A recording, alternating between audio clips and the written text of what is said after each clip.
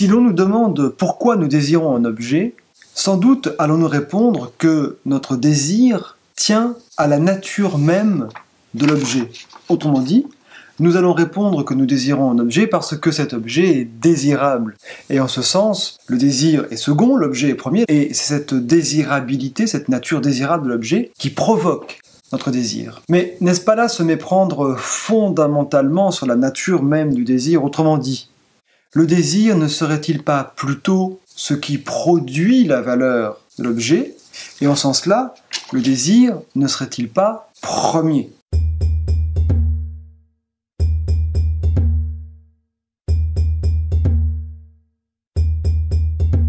Autrement dit, désire-t-on le désirable ou le désirable n'est-il pas plutôt cela même que nous désirons? Eh bien, à cette question, Spinoza, au XVIIe siècle, apporte une réponse extrêmement claire. Elle se trouve dans le livre 3, à la scolie de la proposition 9. Et Spinoza écrit ceci.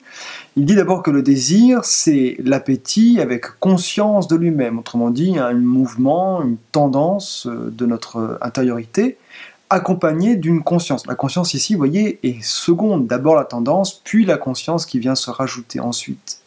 Et il en conclut que nous ne nous efforçons à rien, ne voulons, n'appétons, ni ne désirons aucune chose parce que nous la jugeons bonne, mais au contraire, nous jugeons qu'une chose est bonne parce que nous nous efforçons vers elle, la voulons, l'appétons et la désirons. On voit donc bien que pour Spinoza, ce qui fait la valeur d'une chose, ce n'est pas sa nature objective, c'est au contraire la puissance du désir qui nous y rapporte. Autrement dit, la valeur ne préexiste pas au désir. Le désir est premier. Le désir pour Spinoza est premier, et ce n'est pas notre jugement, ce n'est pas non plus notre volonté qui nous porte à désirer un objet. C'est d'abord et avant tout, essentiellement notre nature qui nous porte à désirer certaines choses.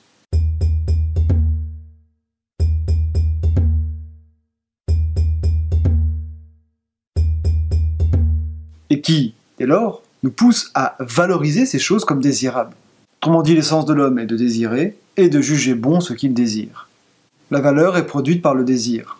On voit donc par là même que Spinoza critique l'opinion commune qui croit que c'est librement que nous nous portons vers les objets que nous désirons, alors qu'en fait, nous dit Spinoza, nous ne faisons ici que suivre l'influence de notre nature, la nécessité de notre être.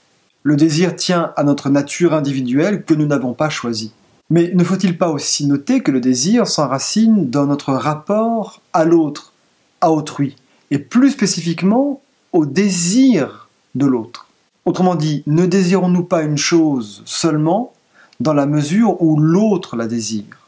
Alors ceci, c'est la thèse développée magnifiquement par René Girard au XXe siècle. Pour ce philosophe, le désir est essentiellement mimétique. Autrement dit, il est triangulaire. Il y a l'objet, moi et l'autre. Et c'est parce que l'autre désire l'objet que par imitation, je vais moi aussi désirer cet objet. C'est cela qui constitue le triangle du désir. Mon désir passe toujours par la médiation du désir de l'autre. Et donc, pour René Girard aussi, le désir n'est pas choisi librement, puisque je désire non pas tant un objet, mais surtout le désir de l'autre. Voici ce qui est premier. Mais cela signifie qu'une chose n'a pas besoin d'être bonne en elle-même pour que nous la désirons. D'ailleurs, il n'y a pas de chose bonne en elle-même. Toute valeur est produite par le désir. Bref, la valeur dépend de notre puissance de désirer.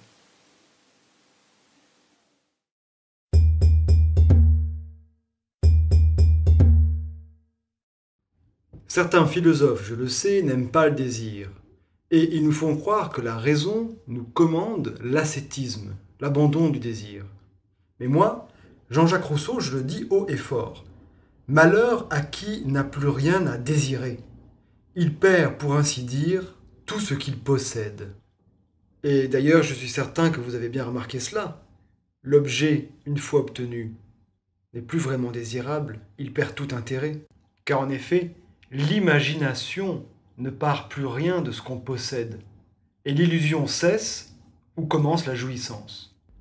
Donc, contre tous ceux qui condamnent le désir parce qu'ils n'y voient qu'une illusion, je réponds qu'au contraire, cette illusion fait toute la valeur du désir et même toute la valeur de notre misérable existence. Car pour moi, le pays des chimères est le seul digne d'être habité. Il n'y a rien de beau que ce qui n'est pas. Et cela n'existe que pour et par le désir.